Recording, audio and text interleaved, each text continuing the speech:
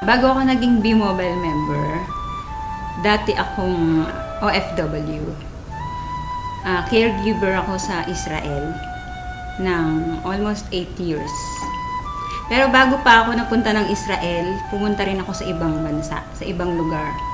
So nagtrabaho ako sa Korea, nagtrabaho ako sa Saudi. So ang trabaho ko doon, syempre mag-alaga ng matanda. Sana nanay ko yung inaalagaan ko, kasama ko, pero ibang lahi o ibang tao. Nung mga panahon na meron akong inalagaan na matanda na nagkakalat siya ng dumi, naiihi siya sa panty niya, minsan pag pinapakain mo siya, pahirapan, yung mumurahin ka pa niya, dahil akala niya pinipilit mo talaga siyang kumain. Pero syempre, bilang caregiver, kailangang ibigay mo sa kanya yon. So pagka minumura ko, ganon, naiiyak na lang ako kasi hindi mo naman siya pwedeng patulan. Caregiver ka nga eh. So, naiisip ko yung parents ko. Kasi dapat ako yung kasama nila sa bahay, pero matagal akong wala. Lagi akong nasa abroad. Nung mga time na yon, sabi ko sa sarili ko, pag umuwi ako ng Pilipinas, ayoko nang bumalik sa abroad.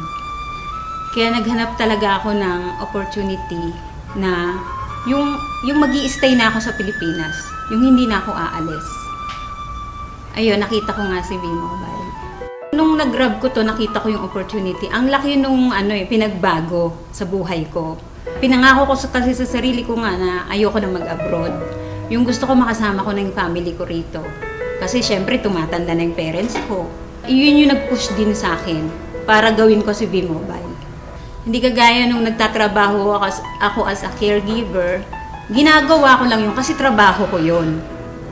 So wala akong choice. Pero dito, bilang B-Mobile technopreneur, nade-develop din yung pagkatao ko. Yung sabi ko sa sarili ko, ay marunong din pala talaga ako makipag-usap.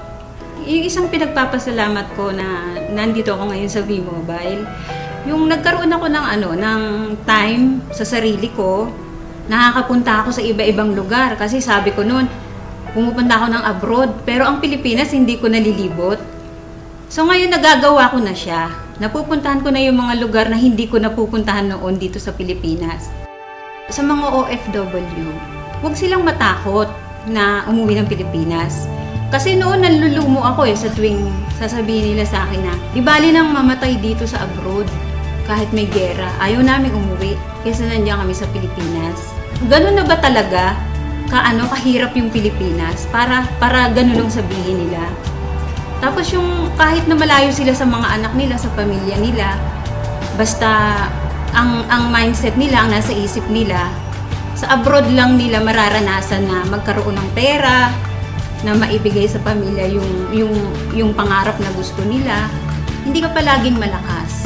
Hindi ka palaging may trabaho dyan. Darating ang panahon, uuwi ka rin ng Pilipinas. So ang sabi ko, kung gagawin nyo si B-Mobile, pag uwi nyo ng Pilipinas, meron na kayong ipon, meron na rin kayong gagawin. Sabi ng kuya ko sa akin, nung niyayaya ko siya, sabi niya sa akin, wag mo na nga akong isali sa ganyang kalokohan, sabi niya. Sabi ko, hindi naman kalokohan si B-Mobile, kasi negosyo nga yan eh. Pinapakita ko nga sa'yo na dito, maliit lang yung capital, tapos may malaking potential income, sabi ko sa kanya. So sabi niya sa akin, baka mamaya magpasali ka dyan ng mga tao, yun pala, scam yan. Sabi niya, di madadamay pa kami niyan. Pati ko niyayaya mo, madadamay din ako, sabi niya. So, syempre na-hurt ako kasi hindi ibang tao yung nagsabi sa akin eh. Kumbaga, kapatid ko siya eh.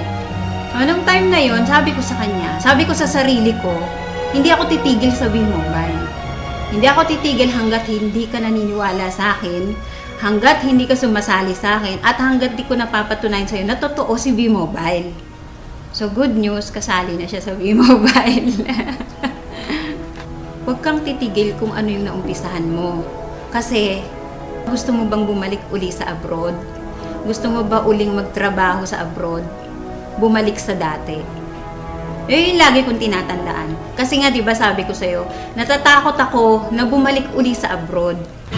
Sa mga OFW na kagaya ko, subukan ninyo na mag-invest sa WeMobile. Hindi naman habang panahon na nasa abroad kayo. Darating ang time, hindi nyo na rin kakayanin magtrabaho. Sana lang, huwag pagiging OFW ang ipamana ninyo sa anak ninyo. Ang ipamana nyo sa kanila yung makapag-aral sila at pagkatapos nun, magnegosyo sila. So ito na yung chance ninyo. I-grab nyo na to kasi bihira yung opportunity na ganito. Na hindi lahat ng company na nasasalihan ninyo ay kagaya ng WeMobile.